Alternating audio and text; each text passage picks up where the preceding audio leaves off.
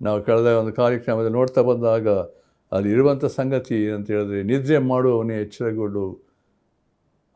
ಅಲ್ಲಿರುವಂಥ ಎಚ್ಚರಿಕೆ ದೇವರ ವಾಕ್ಯ ಹೇಳ್ತದೆ. ಸತ್ತವನ್ನು ಬಿಟ್ಟು ಏಳು, ಕ್ರಿಸ್ತನು ನಿನಗೆ ಪ್ರಕಾಶ ಕೊಡುವನು.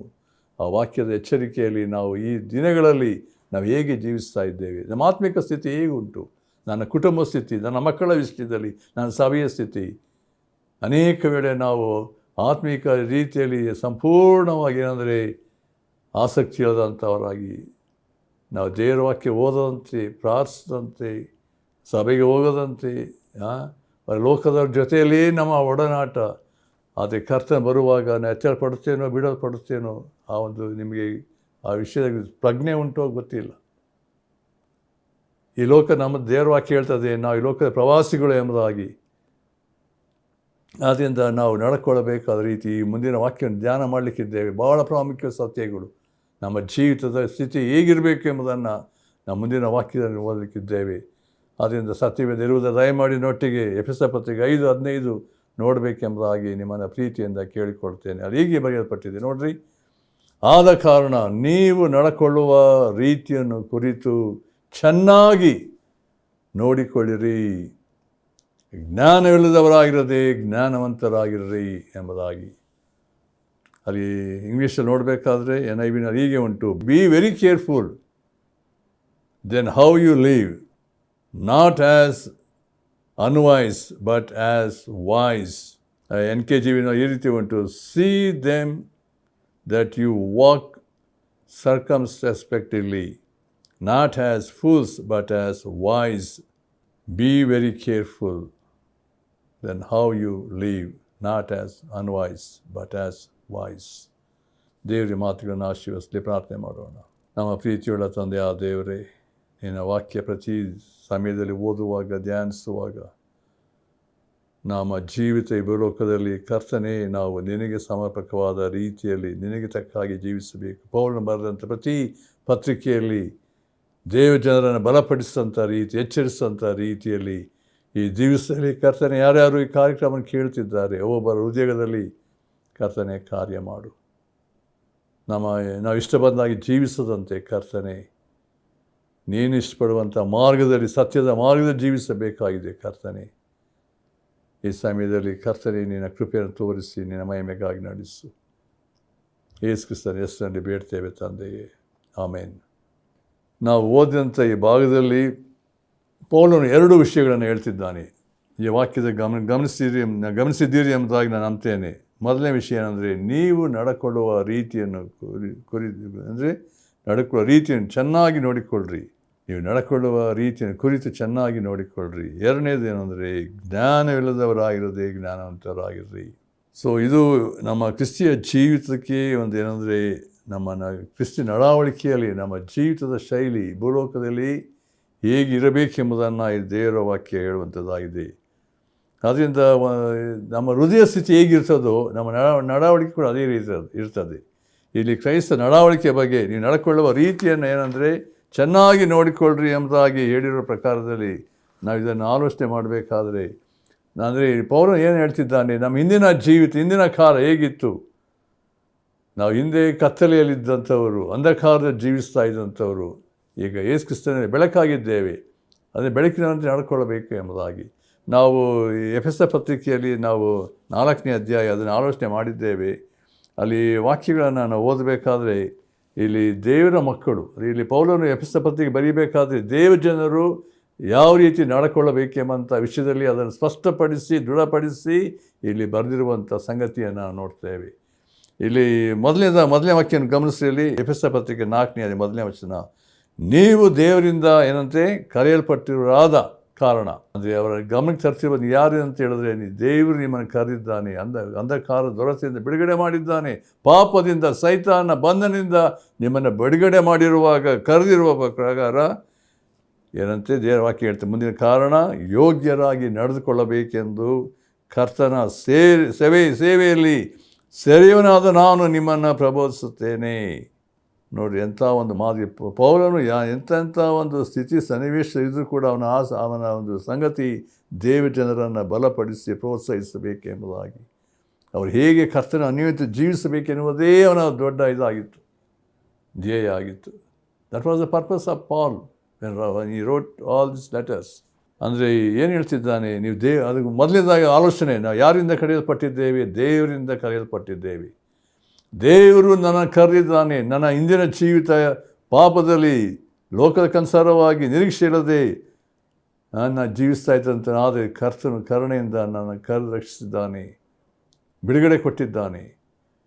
ದೇವರು ನನ್ನ ಒಡೆಯನಾಗಿರುವಾಗ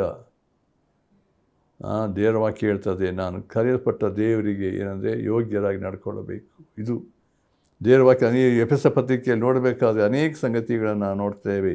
ಮೊದಲನೇದಾಗಿ ಕರ್ತನಿಗೆ ಏನಂತೆ ಯೋಗ್ಯರಾಗಿ ನಡೆದುಕೊಳ್ಳ್ರಿ. ಎರಡನೇದಾಗಿ ನೋಡುವಾಗ ಅಲ್ಲಿ ಅದೇ ಇದರಲ್ಲಿ ನೋಡಬೇಕಾದ್ರೆ ಬೆಳಕಿನವರಂತೆ ನಡೆದುಕೊಳ್ಳ್ರಿ. ನಾವು ಅದನ್ನು ಆಗ ಆಲೋಚನೆ ಮಾಡಿದ್ದೇವೆ. ಬೆಳಕಿನವರಂತೆ ನಡೆದುಕೊಳ್ಳ್ರಿ ಅಂತ ಹೇಳಬೇಕಾದ್ರೆ 5ನೇ ಅಧ್ಯಾಯ ಅಲ್ಲಿ 9ನೇ ವರ್ಷದಲ್ಲಿ ನೋಡ್ತೇವೆ.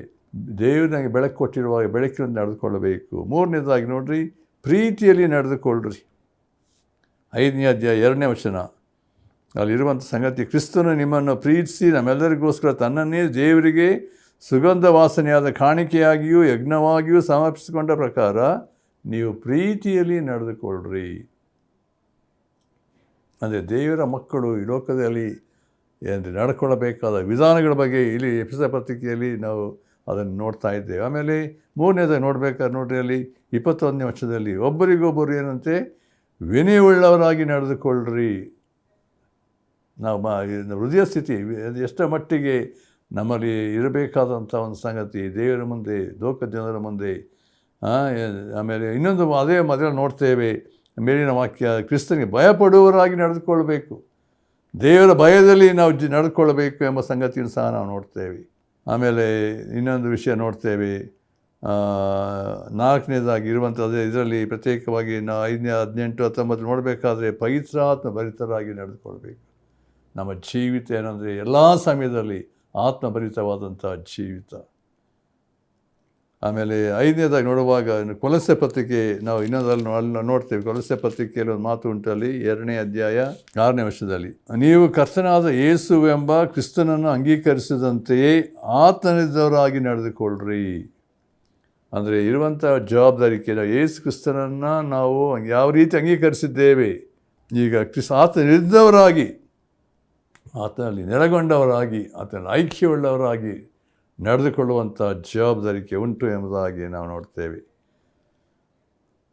ಆಮೇಲೆ 6ನೇದಾಗಿ ನೋಡಬೇಕಾದ್ರೆ ಅದಿರುವಂಥ ಸತ್ಯ ಏನಂತ ಹೇಳಿದ್ರೆ, 2 ತೆಸಲೋನಿಕ ಪತ್ರಿಕೆಯಲ್ಲಿ ಒಂದು ಮಾತು ಉಂಟು. ಅದೇ ತೆಸಲೋನಿಕ ಪತ್ರಿಕೆಯಲ್ಲಿ ನೋಡುವಾಗ 2:12 ನೋಡ್ತೇವೆ, ತನ್ನ ರಾಜ್ಯ ಪ್ರಭಾವಗಳಲ್ಲಿ ಪಾಲ್ಗಾರಾಗುವುದಕ್ಕೆ ಕರೆಯುವ ದೇವರಿಗೆ ಯೋಗ್ಯರಾಗಿ ನೀವು ನಡ್ಕೊಳ್ಳಬೇಕೆಂದು ಖಂಡಿತವಾಗಿ ಹೇಳುತ್ತಾ ಇದ್ದೇನೆಂಬುದನ್ನು ನಿಮಗೆ ತಿಳಿದದೆ. ಕರೆಯುವ ದೇವರಿಗೆ ಅಂದರೆ ಏನಂದರೆ ತನ್ನ ರಾಜ್ಯ ಪ್ರಭಾವದಲ್ಲಿ ಪಾಲ್ಗಾರಾಗುವುದಕ್ಕೆ ಕರೆಯುವ ದೇವರಿಗೆ ಯೋಗ್ಯರಾಗಿ ನಡೆದುಕೊಳ್ಳಬೇಕು. ನೋಡಿ, ದೇವರ ಉದ್ದೇಶ, ದೇವರ ಆಲೋಚನೆ ಎಲ್ಲ ವಿಷಯದಲ್ಲಿ. ಆಮೇಲೆ ಫಿಲಿಪ್ಪಿ ಪತ್ರಿಕೆ ನೋಡುವಾಗ ಒಂದು ಮಾತಲ್ಲಿ ಪೌಲ ಹೇಳ್ತೇವೆ, 1ನೇ ಅಧ್ಯಾಯ 27ನೇ ವರ್ಷದಲ್ಲಿ ನೋಡಿ ಏನಂತ ಹೇಳಿದ್ರೆ, ಹೇಗೂ ಕ್ರಿಸ್ತನ ಸುವಾರ್ತೆಗೆ ಯೋಗ್ಯರಾಗಿ ನಡೆದುಕೊಳ್ಳ್ರಿ. ನೋಡಿರಿ, ಒಂದೊಂದು ವಿಷಯ ನೋಡಬೇಕಾದ್ರೆ ಇಲ್ಲಿ ನಾವು ಏನು ನೋಡ್ತಾ ಇದ್ದೇವೆ ಅಂದರೆ, ನಾವು ಪೌಲನು ತರ್ತಿರುವಂಥ ಆಲೋಚನೆ ಅಂತ ಹೇಳಿದ್ರೆ ನಾವು ಏನಂದ್ರೆ, ಆದ ನೀವು ನಡ್ಕೊಳ್ಳುವ ರೀತಿಯನ್ನು ಚೆನ್ನಾಗಿ ನೋಡಿಕೊಳ್ಳ್ರಿ. ನಾವು ಹೇಗೆ ನಡ್ಕೊಳ್ತಾ ಇದ್ದೇವೆ, ಹೇಗೆ ಜೀವಿಸಬೇಕೆಂಬ ರೀತಿ ನೋಡುವಾಗ ಇಲ್ಲಿ ಪೌಲ ಒಂದೊಂದು ವಿಷಯ, ಒಂದೊಂದು ಪತ್ರಿಕೆಯಲ್ಲಿ ಹೇಳಬೇಕಾದ್ರೆ ನೀವು ಸುವಾರ್ತೆಗೆ, ಕ್ರಿಸ್ತನ ಸುವಾರ್ತೆಗೆ ಯೋಗ್ಯರಾಗಿ ನಡ್ಕೊಳ್ಳಬೇಕು. ನಮ್ಮ ಕ್ರಿಸ್ತಿಯ ನಡವಳಿಕೆಯಲ್ಲಿ ಅನೇಕ ಸಂಗತಿಗಳನ್ನು ನಾವು ಆಲೋಚನೆ ಮಾಡ್ತಾ ಬಂದೆವು. ಅಂದರೆ ಪೌಲನ ಆಲೋಚನೆ ಏನಂತ ಹೇಳಿದ್ರೆ, ನೀವು ಹಿಂದೆ ಏನಂದರೆ ಯಾವ ರೀತಿ ಇದ್ರಿ ನೋಡಿರಿ. ಇದರಲ್ಲಿ ನಾವು 4ನೇ ಅಧ್ಯಾಯ ಎಫೆಸ ಪತ್ರಿಕೆ 4ನೇ ಅಧ್ಯಾಯ 17ನೇ ವಚನ ಇಲ್ಲಿ ಭಾಳ ಒಂದು ಎಚ್ಚರಿಕೆ ನೀಡ್ತಿದ್ದಾನೆ. ಆದ್ದರಿಂದ ಅನ್ಯ ಜನರು ನಡೆದುಕೊಳ್ಳುವ ಪ್ರಕಾರ ನೀವು ಇನ್ನು ಮೇಲೆ ನಡೆದುಕೊಳ್ಳಬಾರದೆಂದು ಕರ್ತನಿರುವವನಾಗಿ ನಿಮಗೆ ಖಂಡಿತವಾಗಿ ಹೇಳುತ್ತೇನೆ. ಇಲ್ಲಿ ಪೌಲನು ತರ್ತಿರುವಂಥ ಎಚ್ಚರಿಕೆಯ ಸಂಗತಿ ಏನಂದರೆ, ಅನ್ಯ ಜನರ ಒಂದು ಸಹವಾಸ ನಿಮ್ಮಲ್ಲಿ ಇರಕೂಡ್ದು. ಅಂದರೆ ಇರುವ ಸಂಗತಿ, ಅನ್ಯ ಜನ ನಡೆದುಕೊಳ್ಳೋ ಪ್ರಕಾರ ನೀವು ನಡ್ಕೊಳ್ಬೇಡ್ರಿ ಅವರ ಕಾರ್ಯ. ಯಾಕೆ ಅಂದರೆ ಹೇಳ್ತಾನೆ, ಕಾರಣಗಳು ಹೇಳ್ತಿದ್ದಾನೆ. ಅವರು ನಿಷ್ಪ್ರಯೋಜನ ಬುದ್ಧಿಯುಳ್ಳವರಾಗಿ ನಡೆದುಕೊಳ್ಳುತ್ತಾರೆ, ಅವರ ಮನಸ್ಸು ಮಬ್ಬಾಗಿ ಹೋಗಿದೆ, ಅವರ ಹೃದಯದ ಕಾಠಿಣ್ಯದ ನಿಮಿತ್ತದಿಂದಲೂ ತಮ್ಮಲ್ಲಿರುವ ಅಜ್ಞಾನದ ನಿಮಿತ್ತದಿಂದಲೂ ದೇವರಿಂದಾಗುವ ಜೀವಕ್ಕೆ ಅನ್ಯರಾಗಿದ್ದಾರೆ. ಅದು ಅಂದರೆ ದೇವರ ಎಷ್ಟು ಮಟ್ಟಿಗೂ ಅದನ್ನು ಅನುಸರಿಸುವಂಥವರಲ್ಲ. 22ನೇ ವರ್ಷ ಗಮನಿಸಿ, ಅದು 22ನೇ ವರ್ಷದಲ್ಲಿ ನೀವು ನಿಮ್ಮ ಹಿಂದಿನ ನಡತೆಯನ್ನು ಅನುಸರಿಸದೆ, ನೋಡ್ರಿ, ಹಿಂದಿನ ನಡತೆ ಅನುಸರಿಸದೆ ಏನಂತೆ ಪೂರ್ವ ಸ್ವಭಾವವನ್ನು ತೆಗೆದುಹಾಕಿ ಬಿಡಬೇಕು. ಕಾರಣ ಹೇಳ್ತಿದ್ದಾನೆ, ಅದು ಮೋಸಕರವಾದ ದುರಾಶೆಗಳಿಂದ ಕೆಟ್ಟು ಹೋಗುವಂಥದ್ದಾಗಿದೆ. ನೋಡ್ರಿ, ದೇವರ ವಾಕ್ಯದ ಬೋಧನೆ, ಕರ್ತನು ನಮಗೆ ತಿಳಿಯಪಡಿಸುವಂಥ ಸಂಗತಿಗಳು, ನಾವು ಹೇಗೆ ಇರಬೇಕು, ಹೇಗೆ ಜೀವಿಸಬೇಕು, ಹೇಗೆ ನಡ್ಕೊಳ್ಬೇಕು. ನಮ್ಮಲ್ಲಿ ಒಂದು ಪ್ರತ್ಯೇಕವಾದ ಜೀವಿತ. ನಾವು ಯಾವುದೇ ರೀತಿಯಲ್ಲಿ ನಾವು ಇಂದಿನ ಸಂಗತಿಗಳಿಗೆ, ಲೋಕದ ಸಂಗತಿಗಳಿಗೆ ನಾವು ಒಳಪಡಕೂಡದು. ಅಲ್ಲಿ ನಮಗೆ ಪ್ರತ್ಯೇಕವಾದ ಎಚ್ಚರಿಕೆಯ ಮಾತು ಕರ್ತನು ನಮಗೆ ಇಲ್ಲಿ ತಿಳಿಯಪಡಿಸಿದ್ದಾನೆ. ದೇವರ ವಾಕ್ಯದಲ್ಲಿ ಅನೇಕ ಭಾಗದಲ್ಲಿ ನಮ್ಗೆ ಗೊತ್ತುಂಟು. 2ನೇ ಅಧ್ಯಾಯ ಅಂದರೆ ದೇವರು ನಮ್ಮನ್ನು 10ನೇ ವಚನದಲ್ಲಿ ಒಂದು ಮಾತು ಬರೆಯಲ್ಪಟ್ಟಿದೆ. ನಮ್ಮನ್ನು ಮಾಡಬೇಕಾದ ಕಾರ್ಯ ಏನಂತ ಹೇಳಿದ್ರೆ, ನೋಡ್ರಿ, ನಾವು ಆತನ ನಿರ್ಮಾಣ ಸತ್ಕಾರ್ಯಗಳನ್ನು ಮಾಡುವುದಕ್ಕಾಗಿಯೇ ಕ್ರಿಸ್ತೇಸುವಿನಲ್ಲಿ ಸೃಷ್ಟಿಸಲ್ಪಟ್ಟೆವು. ನಾವು ಸತ್ಕಾರ್ಯಗಳನ್ನು ನಡೆಸುವವರಾಗಿ ಬದುಕಬೇಕೆಂದು ದೇವರು ನಮ್ಮನ್ನು ಮೊದಲೇ ನೇಮಿಸಿದನು. ಅಂದರೆ ದೇವರ ಉದ್ದೇಶ, ನಮ್ಮ ಕರೆದಂಥ ಉದ್ದೇಶ ಏನೆಂಬುದನ್ನು ಅಲ್ಲಿ ಪೌಲನು 10ನೇ ವಚನದಲ್ಲಿ ತಿಳಿಯಪಡಿಸಿದ್ದಾನೆ. ಅಂದರೆ ದೇವರ ಬೆಳಕು ನಮ್ಮ ಜೀವಿತ ಬರುವಾಗ, ದೇವರು ನಮ್ಮನ್ನೇನೆಂದರೆ ಕ್ರಿಸ್ತೇಸುವಿನಲ್ಲಿ ನಮ್ಮನ್ನು ಕರೆದಿರಬೇಕಾದ್ರೆ ಸತ್ಕಾರ್ಯಗಳನ್ನು ಮಾಡುವುದಕ್ಕಾಗಿ ನಾವು ಕರೆಯಲ್ಪಟ್ಟಿರಬೇಕು. ಅದನ್ನು ನಾವು ಮಾಡುವಂಥ ಸಂಗತಿ ನಮ್ಮ ಜವಾಬ್ದಾರಿಕೆ ಉಂಟು ಎಂಬುದನ್ನು ದೇವರ ವಾಕ್ಯ ನಮಗೆ ಸ್ಪಷ್ಟಪಡಿಸುವಂಥದ್ದಾಗಿದೆ. ಇನ್ನು ಅನೇಕ ಸಂಗತಿ ಉಂಟು, ಆದರೆ ನಾನು ಅಲ್ಲಿಗೆ ಅಂದರೆ ದೇವರ ವಾಕ್ಯದ ಎಚ್ಚರಿಕೆ ನಮಗಿರುವಾಗ ನಮ್ಮ ನಡಾವಳಿಕೆ ಅಂತ ಹೇಳಿದ್ರೆ ನಾವು ಎಲ್ಲ ವಿಷಯ ಒಂದು ಮಾತನ್ನು ಹೇಳಿ, ಇನ್ನೊಂದು ಜ್ಞಾನೋಕ್ತಿ ಒಂದು ಮಾತು ಉಂಟು, ಅದನ್ನು ಹೇಳಿ ಇಷ್ಟಪಡ್ತೇನೆ. 4ನೇ ಅಧ್ಯಾಯದಲ್ಲಿ ಗಮನಿಸಿ, ಅಲ್ಲಿ ನಮ್ಗೆ ಗೊತ್ತಿರುವಂಥ ವಾಕ್ಯ, ಅಲ್ಲಿ ಜ್ಞಾನೋಕ್ತಿ 4ನೇ ಅಧ್ಯಾಯ 20ನೇ ವಚನ, ಕಂದ ನನ್ನ ಮಾತುಗಳನ್ನು ಆಲಿಸು, ನನ್ನ ನುಡಿಗಳಿಗೆ ಕಿವಿಗೊಡು. ಗಮನಿಸಿ, ಇಲ್ಲಿ ನಿನ್ನ ದೃಷ್ಟಿಯು ಅವುಗಳ ಮೇಲೆ ತಪ್ಪದಿರಲಿ, ಅವುಗಳನ್ನು ನಿನ್ನ ಹೃದಯದೊಳಗಿಟ್ಟುಕೋ. ಅವುಗಳನ್ನು ಹೊಂದುವವರೆಗೆ ಅವು ಜೀವವು, ದೇಹಕ್ಕೆಲ್ಲ ಅವೇ ಆರೋಗ್ಯವು. ನಿನ್ನ ಹೃದಯವನ್ನು ಬಹು ಜಾಗರೂಕತೆಯಿಂದ ಕಾಪಾಡಿಕೋ, ಅದರೊಳಗಿಂದ ಜೀವಧಾರೆಗಳು ಹೊರಡುವವು. ಪ್ರತಿಯೊಂದು ಮಾತುಗಳು ನೋಡಬೇಕಾದರೆ ನಾವು ಹೇಗೆ ಜೀವಿಸಬೇಕು, ಹೇಗೆ ನಡ್ಕೊಳ್ಳಬೇಕು ಎಂಬ ಸಂಗತಿಯನ್ನು ದೇವರ ವಾಕ್ಯ ನಮಗೆ ಹೇಳ್ತದೆ. ನೀವು ನಡ್ಕೊಳ್ಳುವಂಥ ರೀತಿಯನ್ನು ಚೆನ್ನಾಗಿ ನೋಡಿಕೊಳ್ಳ್ರಿ. ಯಾಕೆ ನನ್ನಲ್ಲಿ ಏನಂದರೆ ಅನೇಕ ಅಸ್ತವ್ಯಸ್ತ ಸಂಗತಿಗಳು, ಯಾಕೆ ನನ್ನಲ್ಲಿ ಅನೇಕ ವೇಳೆ ನಾನು ಮಾಡಿದಂಥ ತೀರ್ಮಾನ, ನಾನು ಯಾಕೆ ಕರ್ತನಿಗಾಗಿ ಪ್ರತಿಷ್ಠೆಯ ಜೀವಿತದಲ್ಲಿ ನಾನು ಜೀವಿಸ್ತಾ ಇಲ್ಲ, ಯಾಕೆ ಕರ್ತನೆ ಮೆಚ್ಚಿಸ್ತಾ ಇಲ್ಲ, ಕರ್ತನಿಗೆ ಸಾಕ್ಷಿ ಕೊಡ್ತಾ ಇಲ್ಲ, ಯಾಕೆ ದೇವರ ವಾಕ್ಯ ಓದ್ತಾ ಇಲ್ಲ, ಯಾಕೆ ಪ್ರಾರ್ಥನೆ ಮಾಡ್ತಾ ಇಲ್ಲ. ಪ್ರತಿ ಸಂಗತಿ ಗಮನಿಸುವಾಗ ಪ್ರತಿನಿತ್ಯ ಜೀವಿತದಲ್ಲಿ ನಾವು ಒಂದು ರೀತಿಯಲ್ಲಿ ನಮ್ಮ ನಡಾವಳಿಕೆ, ನನ್ನ ಮಾತುಗಳು, ನಮ್ಮ ಆಲೋಚನೆ ಎಲ್ಲಿ ತಪ್ಪಿದ್ದೇನೆ, ದೇವರ ಬೆಳಕಿನಲ್ಲಿ ನಮ್ಮ ವಿಷಯಗಳನ್ನು, ನಮ್ಮ ಪ್ರತಿ ಕಾರ್ಯಗಳನ್ನು ಗಮನಿಸುವಾಗ ಗೊತ್ತಾಗ್ತದೆ. ಅದಕ್ಕೆ ಪೌರ್ಣ ಜೀವಿತ ನೋಡಿ ಎಂಥ ಒಂದು ಶಿಸ್ತಿತ್ತು ಅಂತ ಹೇಳಿದ್ರೆ, ಅಲ್ಲಿ ಪ್ರತ್ಯೇಕವಾಗಿ ಹೇಳಬೇಕಾದ್ರೆ ಇತರರನ್ನು ಓಟ ಕರೆದ ಮೇಲೆ ನಾನೇ ಅಯೋಗ್ಯ ಎನಿಸ್ಕೊಳ್ತೇನೆ ತಿಳಿದು ನನ್ನ ಮೈಯನ್ನು ಜಜ್ಜಿ ಸ್ವಾಧೀನಪಡಿಸ್ಕೊಳ್ತೇನೆ ಎಂಬುದಾಗಿ ಆತ ಹೇಳ್ತಿದ್ದಾನೆ.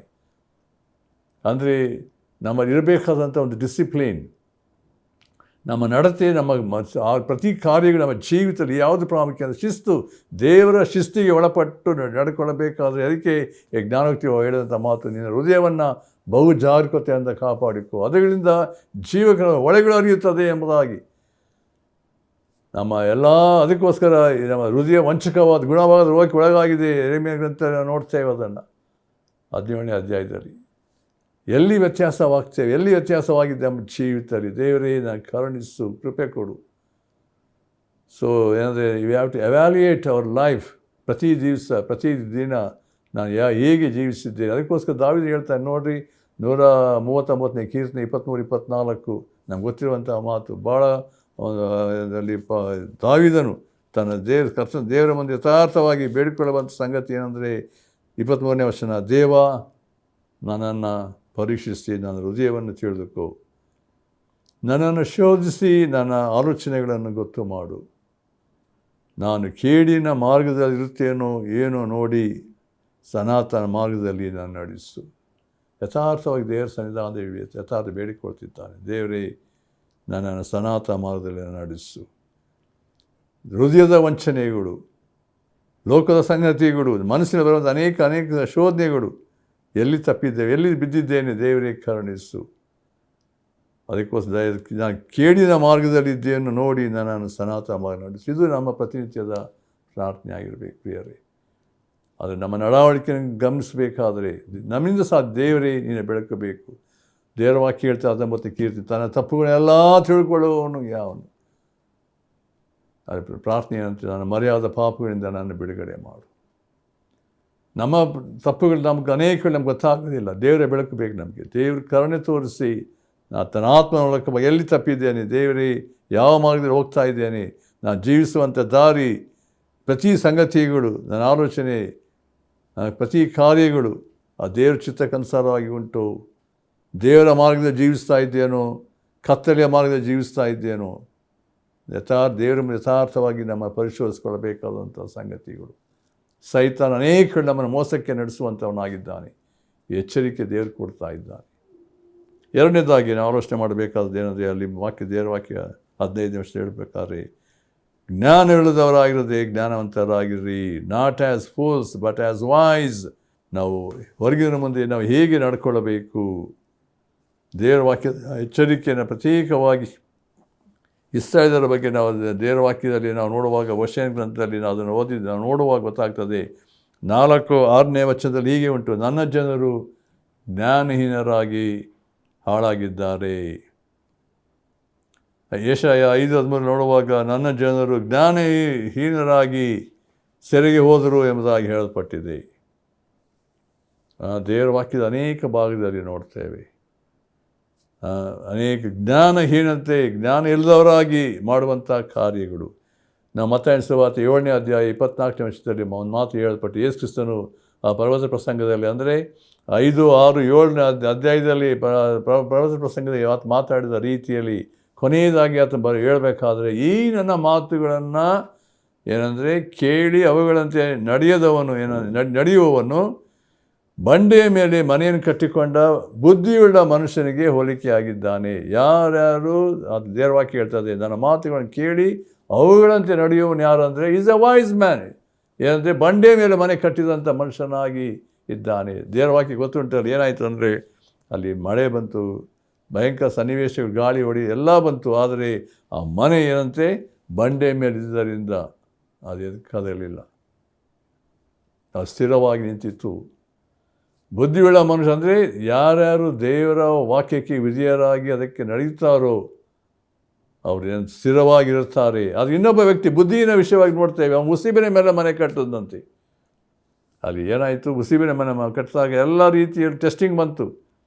ಮಳೆ ಗಾಳಿ ಬಂದಾಗ ದೇವರ ವಾಕ್ಯ ಹೇಳ್ತದೆ, ಆ ಮನೆ ಏನಂದರೆ ಉಸಿಬಿನ ಕಟ್ಟೋದ್ರಿಂದ ಅದು ದಳಮನೆ ಬಿತ್ತು ಎಂಬುದಾಗಿ ನೋಡ್ತೇವೆ. ಅನೇಕರ ಜೀವಿತ, ಆತ್ಮಿಕ ಸ್ಥಿತಿಗತಿಗಳು ನೋಡುವ ಈ ರೀತಿ ಇರ್ತದೆ ಎಂಬುದಾಗಿ ನೋಡ್ತೇವೆ. ಪ್ರಿಯರೇ, ನಮ್ಮ ಆತ್ಮಿಕ ಜೀವಿತದ ದೃಢತೆ, ನಮ್ಮ ನಂಬಿಕೆ ಯಾವ ರೀತಿ ಉಂಟು? ನಾವು ಈ ಲೋಕದಲ್ಲಿ ಏನಂದರೆ, ದೇವರು ಆ ಜ್ಞಾನ ನಿಧಿಯಾಗಿರುವಂಥ ದೇವರು ಜ್ಞಾನ ಕೊಡುವಾಗ ಜ್ಞಾನದಲ್ಲಿ ಜೀವಿಸಬೇಕಾದರೆ ನಾವು ಕರ್ತಕ್ಕೆ ತಕ್ಕ ಹಾಗೆ ನಡ್ಕೊಳ್ಳಬೇಕಾಗಿದೆ. ದೇವರ ವಾಕ್ಯ ಹೇಳ್ತದೆ, ಪ್ರತ್ಯೇಕವಾಗಿ ಯಾಕೋಬನ ಪುಸ್ತಕದಲ್ಲಿ ಗ್ರಂಥ 1:5 ನೋಡುವಾಗ, ಯಾವನಿಗಾದರೂ ಏನಂದರೆ ಜ್ಞಾನ ಇಲ್ಲದೆ ಹೋದರೆ ಅವನು ಕೇಳಿಕೊಳ್ಳಿ, ದೇವರು ಅಂಗಿಸದೆ ಕೊಡ್ತಾನೆ, ನಂಬಿಕೆಯಿಂದ ಪ್ರಾರ್ಥಿಸಬೇಕೆಂಬುದಾಗಿ ಹೇಳಲ್ಪಟ್ಟಿದೆ. ಜ್ಞಾನ ಇದೆಯಾಗಿರುವಂಥ ದೇವರು ಜ್ಞಾನ ಕೊಡುವಾತನಾಗಿರುವಾಗ ನಾವು ಈ ಲೋಕದಲ್ಲಿ ಜ್ಞಾನವಂತರಾಗಿ ನಡ್ಕೊಳ್ಳಬೇಕಾದ ಜವಾಬ್ದಾರಿಕೆ ನಮ್ಮ ಮೇಲೆ ಉಂಟು. ಈ ಜ್ಞಾನ ನಮಗೆ ಎಲ್ಲಿ ಸಿಗ್ತದೆ ಪ್ರಿಯರೇ? ಇಲ್ಲಿ ದೇವರ ವಾಕ್ಯದ ಒಂದು ಎಚ್ಚರಿಕೆ ಪ್ರತಿಯೊಂದು ಭಾಗದಲ್ಲಿ ನೋಡುವಾಗ, ದೇವರ ಭಯವೇ ಜ್ಞಾನಕ್ಕೆ ಮೂಲ. ಜ್ಞಾನಕ್ಕೆ 1:7 ನೋಡಬೇಕಾದ್ರೆ, ಯೆಹೋವನ ಭಯವೇ ಜ್ಞಾನಕ್ಕೆ ಮೂಲ. ಇಡೀ ನಾವು ಜ್ಞಾನಕ್ಕೆ ಪುಸ್ತಕ ಓದಬೇಕಾದ್ರೆ ಗೊತ್ತಾಗ್ತದೆ, ಯಾರಲ್ಲಿ ದೇವರ ಭಯ ಇರ್ತದೋ ದೇವರಿಗೆ ಜ್ಞಾನ ಕೊಡುವಾತನಾಗಿದ್ದಾನೆ. ನನ್ನಲ್ಲಿ ಆ ದೇವರ ಭಯ ಇಲ್ಲದೆ ಹೋದರೆ ಎಷ್ಟರ ಮಟ್ಟಿಗೂ ಜ್ಞಾನ ನಮ್ಗೆ ಇರುವುದಿಲ್ಲ ಪ್ರಿಯರೇ. ನಾವು ಅನೇಕ ವೇಳೆ ಲಗಾಮಿಲ್ಲದಂಥ ರೀತಿಯಲ್ಲಿ ಜೀವಿಸ್ತೇವೆ, ನಡೆಯುತ್ತೇವೆ. ದೇವರ ಭಯ ನನ್ನ ಎಷ್ಟರ ಮಟ್ಟಿಗೆ ಬರುವಾಗ ನಾನು ಎಲ್ಲದರಲ್ಲಿಯೂ ಶಿಸ್ತಿನಲ್ಲಿ, ಕ್ರಮಬದ್ಧತೆಯಲ್ಲಿ ದೇವರಿಗೆ ಸಮರ್ಪಕವಾದ ಜೀವಿತವನ್ನು ಜೀವಿಸುವುದಕ್ಕೆ ದೇವರು ತನ್ನ ಕೃಪೆಯನ್ನು ನಮಗೆ ಅನುಗ್ರಹಿಸುವಂಥವನಾಗಿದ್ದಾನೆ. ಆದ್ದರಿಂದ ಈ ದಿನಗಳಲ್ಲಿ ಅನೇಕರ ಜೀವಿತದಲ್ಲಿ ಏನಂತ ಹೇಳಿದ್ರೆ ಆತ್ಮಿಕ ಜ್ಞಾನ ಇಲ್ಲ. ಅದನ್ನು ನಾವು ಆಗಲೇ ನೋಡಿದ್ದೇವೆ. ನನ್ನ ಜನರು ಜ್ಞಾನ ಇಲ್ಲದೆ ಹಾಳಾಗಿದ್ದಾರೆ. ದೇವರ ವಾಕ್ಯದ ಸ್ಪಷ್ಟವಾದಂಥ ಬೋಧನೆ ಅಂತ ಹೇಳಿದ್ರೆ ನಾವು ಯಾವಾಗ ದೇವರ ಜ್ಞಾನ ತಿಳುವಳಿಕೆ ಅದು ಕೊಡುವಾಗ ಆ ದೇವರ ಮಹಿಮೆಗೆ ತಕ್ಕಾಗಿ ಜೀವಿಸ್ತೇವೆ. ದೇವರ ವಾಕ್ಯ 1 ಕೊರಿಂಥ 1:18 ನೋಡಬೇಕಾದ್ರೆ 19 ನೋಡಬೇಕಾದ್ರೆ ಈ ಲೋಕದ ಜ್ಞಾನ ಏನಂದರೆ ಜನರು ಅದು ಅಂದರೆ ಯೇಸು ಕ್ರಿಸ್ತನನ್ನು ಕಂಡುಕೊಳ್ಳಿಲ್ಲ. ಅನೇಕರಿಗೆ ಶಿಲುಬೆಯ ಮಾತು ಏನಂದರೆ ಲೋಕದವರಿಗೆ ನಾವು ನಾಶದ ಹುಚ್ಚು ಮಾತಾಗಿದೆ, ರಕ್ಷಣೆ ನಮಗಾದರೂ ದೇವರ ಶಕ್ತಿಯಾಗಿದೆ ಎಂಬುದಾಗಿ ನೋಡ್ತೇವೆ. ಪ್ರತ್ಯೇಕವಾಗಿ ಅದನ್ನು ನಾನು 1 ಕೊರಿಂಥ ಪತ್ರಿಕೆಯಲ್ಲಿ ಅದನ್ನು ಆಲೋಚನೆ ಮಾಡಬೇಕಾದ್ರೆ ಒಂದು ಮಾತಲ್ಲಿ ಪೌಲನು ತಿಳಿಸಬೇಕಾದ್ರೆ ಜ್ಞಾನದ ಬಗ್ಗೆ ಅದು ಹೇಳ್ತಾ ಇದ್ದಾನೆ. ಏನಂತ ಹೇಳಿದ್ರೆ ಅಲ್ಲಿ 1ನೇ ಅಧ್ಯಾಯ ಈ ರೀತಿ ಉಂಟು ನೋಡಿ, ಗಮನಿಸಲಿ. 19ನೇ ವಚನ, ಜ್ಞಾನಿಗಳ ಜ್ಞಾನವನ್ನು ನಾಶ ಮಾಡುವೆನು, ವಿವೇಕಿಗಳ ವಿವೇಕವನ್ನು ನಿರಾಕರಿಸುವೆನು ಎಂಬುದಾಗಿ ಶಾಸ್ತ್ರೋಕ್ತಿ ಉಂಟಲ್ಲ. ಜ್ಞಾನಿಯು ಎಲ್ಲಿ? ಶಾಸ್ತ್ರಿಯಲ್ಲಿ.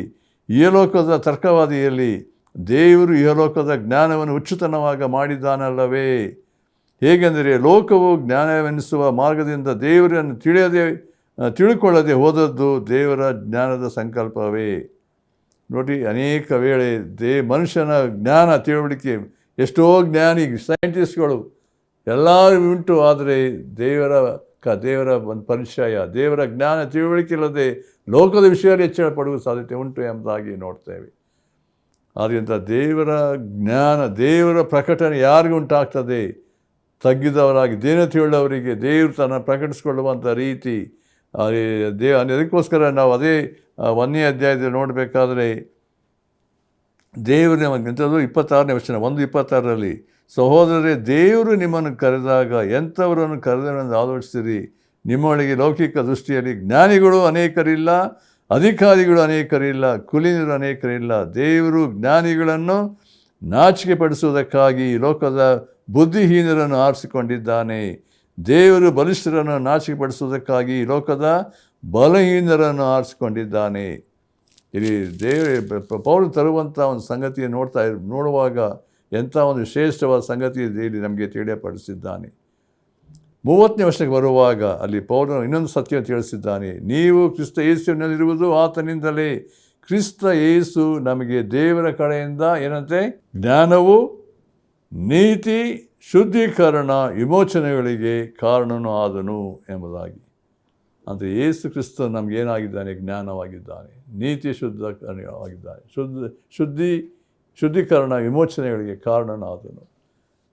ಈ ಜೀವಿಸದಲ್ಲಿ ನಾವು ಹೇಗೆ ನಡ್ಕೊಳ್ಳಬೇಕು, ಹೇಗೆ ಜೀವಿಸಬೇಕು, ಜ್ಞಾನವಂತ ನಡ್ಕೊಳ್ಳಬೇಕು? ಯೇಸು ಕ್ರಿಸ್ತನನ್ನು ನಮ್ಮ ಹೃದಯ ಸ್ವೀಕರಿಸುವಾಗ, ಯೇಸು ಕ್ರಿಸ್ತನ ನಂಬಿಕೆ ಇಡುವಾಗ, ನಾವು ಸಮರ್ಪಿಸಿಕೊಳ್ಳುವಾಗ ಕರ್ತನು ನಮ್ಗೆ ಕೊಡುವಂಥ ವಿಶೇಷವಾದಂಥ ಕೃಪೆ, ಬಲ, ಜ್ಞಾನ, ತಿಳುವಳಿಕೆ ನಾವು ಕರ್ತನಿಗೆ ತಕ್ಕಾಗಿ ಜೀವಿಸುವುದಕ್ಕೆ ಸಾಧ್ಯತೆ ಉಂಟು ಎಂಬುದಾಗಿ ದೇವರ ವಾಕ್ಯ ನಮಗೆ ಹೇಳುವಂಥದ್ದು. ಆದ್ದರಿಂದ ಈ ಸಮಯದಲ್ಲಿ ನಾವು ಇವಾಗ ಧ್ಯಾನ ಮಾಡಿದಂಥ ಈ ವಾಕ್ಯದಲ್ಲಿ ಕರ್ತನೇ ನನ್ನನ್ನು ಕರುಣಿಸು, ನನ್ನಲ್ಲಿ ಜ್ಞಾನವನ್ನು ಅನುಗ್ರಹಿಸು.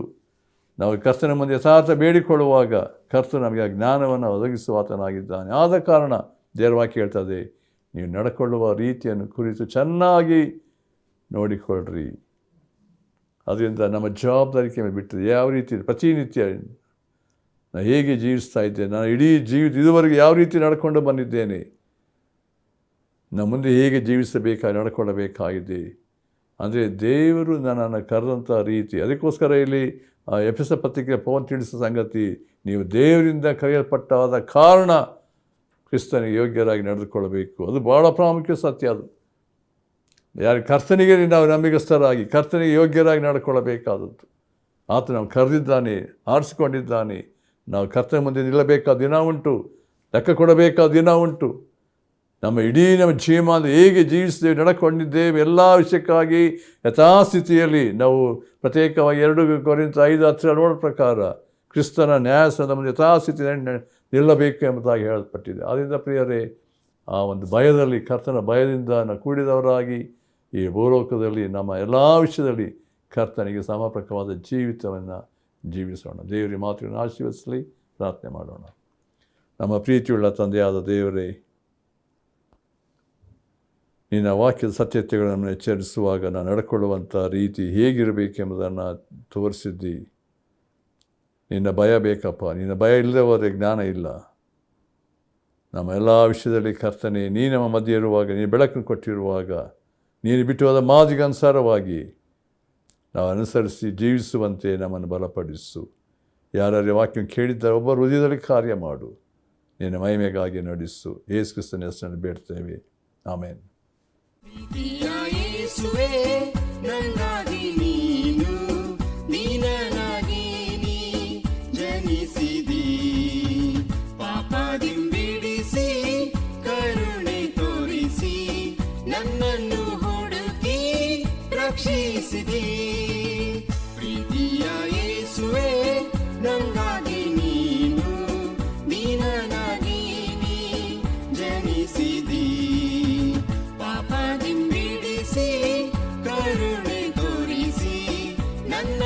ಹುಡುಕಿ ರಕ್ಷಿಸಿದಿ. ಶಾಶ್ವತ ಪ್ರೀತಿಯಂ ನನ್ನನ್ನು ಸೆಳೆದು ನಿನ್ ರಕ್ತದಿಂದ ಶುದ್ಧಿಸಿದಿ. ಶಾಶ್ವತ ಪ್ರೀತಿಯಂ ನನ್ನನ್ನು ಸೆಳೆದು ನಿನ್ ರಕ್ತದಿಂದ ಶುದ್ಧಿಸಿದಿ. ನಿನ್ ಪ್ರೀತಿಗೆ ನಾ ಬದಲೇನು ಕೊಡಲಿ, ನನ್ನನ್ನು ನಿಂಗೆ ಅರ್ಪಿಸುವೆ. ನಿನ್ ಪ್ರೀತಿಗೆ ನಾ ಬದಲೇನು ಕೊಡಲಿ, ನನ್ನನ್ನು ನಿಂಗೆ ಅರ್ಪಿಸುವೆ. ಪ್ರೀತಿಯ ಯೇಸುವೇ ನಂಗಾಗಿ ನೀನು ದೀನನಾಗಿ ನೀ ಜನಿಸಿದಿ. ಕಲ್ವಾರಿ ಕ್ರೂಜಲಿ ನಂಗಾಗಿ ನೀನು ಜೀವವ ಕೊಟ್ಟಿ ಪ್ರಿಯ ಯೇಸು. ಕಲ್ವಾರಿ ಕ್ರೂಜಲಿ ನಂಗಾಗಿ ನೀನು ಜೀವವ ಕೊಟ್ಟಿ ಪ್ರಿಯ ಯೇಸು. ನಿನ್ನಾತ್ಮದಿಂದ ನನ್ನನ್ನು ಮುದ್ರಿಸಿ ನಿನ್ ರಾಜ್ಯಕ್ಕಾಗಿ ಸೇರಿಸಲು. ನಿನ್ನಾತ್ಮದಿಂದ ನನ್ನನ್ನು ಮುದ್ರಿಸಿ ನಿನ್ ರಾಜ್ಯಕ್ಕಾಗಿ ಸೇರಿಸಲು. ಪ್ರೀತಿಯ ಯೇಸುವೇ ನಂಗಾಗಿ ನೀನು ದೀನನಾಗಿ ನೀ ಜನಿಸಿದಿ. ಪಾಪದಿಂಬಿಡಿಸಿ ಕರುಣೆ ತೋರಿಸಿ ನನ್ನನ್ನು ಹುಡುಕಿ ರಕ್ಷಿಸಿದಿ. ಪ್ರೀತಿಯ ಯೇಸುವೇ ನಂಗಾಗಿ ನೀನು ದೀನನಾಗಿ ನೀ ಜನಿಸಿದಿ. ಪಾಪದಿಂಬಿಡಿಸಿ ಕರುಣೆ ತೋರಿಸಿ ನನ್ನನ್ನು ಹುಡುಕಿ ರಕ್ಷಿಸಿದಿ.